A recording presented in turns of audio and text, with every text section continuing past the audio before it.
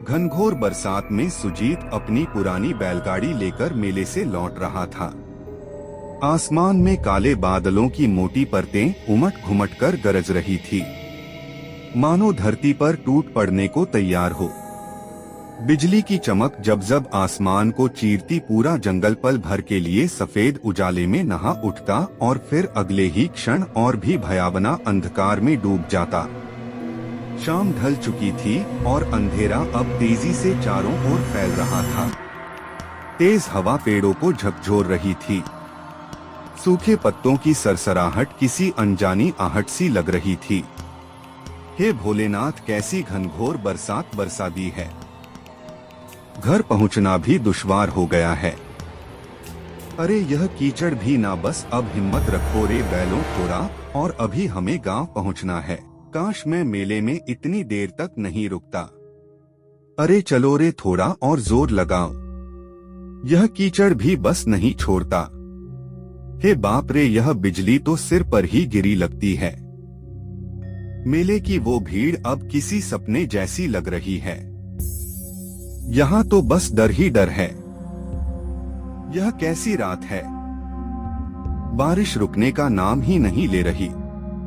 अरे भोलेनाथ, कहीं यह वही रास्ता तो नहीं जहाँ की कहानियां लोग सुनाते हैं। दिल धक धक कर रहा है मेरा। काश अब जल्दी कोई आसरा मिल जाए। बारिश अब और भी तेज होती जा रही थी। बूंदें इतनी वेग से गिर रही थी कि चेहरे पर पड़ते ही हल्की सी चोट का एहसास होता था। आसमान में बिजली बार बार चमक रही थी और बादलों की गड़गड़ाहट से धरती जैसे कांप उठती थी। चारों ओर सन्नाटा पसरा हुआ था।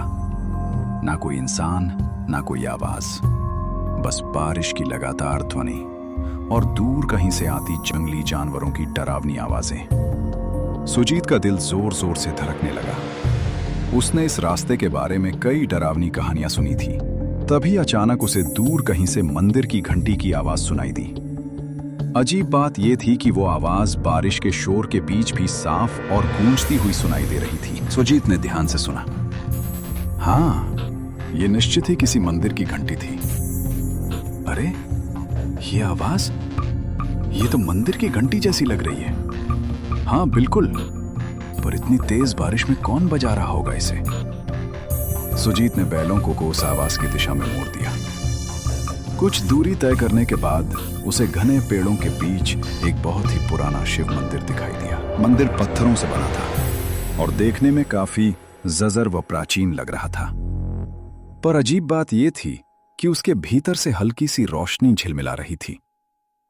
सुजीत ने अपनी बैलगाड़ी मंदिर के पास रोकी और उत्सुकता व डर के मिले जुले भाव के साथ जल्दी से मंदिर के अंदर चला गया। मंदिर बाहर से जितना पुराना लग रहा था, अंदर उतना ही स्वच्छ और शांत था। शिवलिंग के सामने अगरबत्तियां जल रही थीं और चारों ओर दूध और चंदन की हल्की सी खुशबू फैली हुई थी।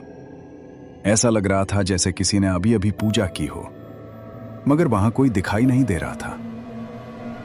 कोई है यहां? कृपया बाहर आइए, मैं रास्ता भटक गया हूं। बारिश बहुत तेज हो रही है, रास्ता कीचड़ में डूब गया है, बैल भी थक गए हैं।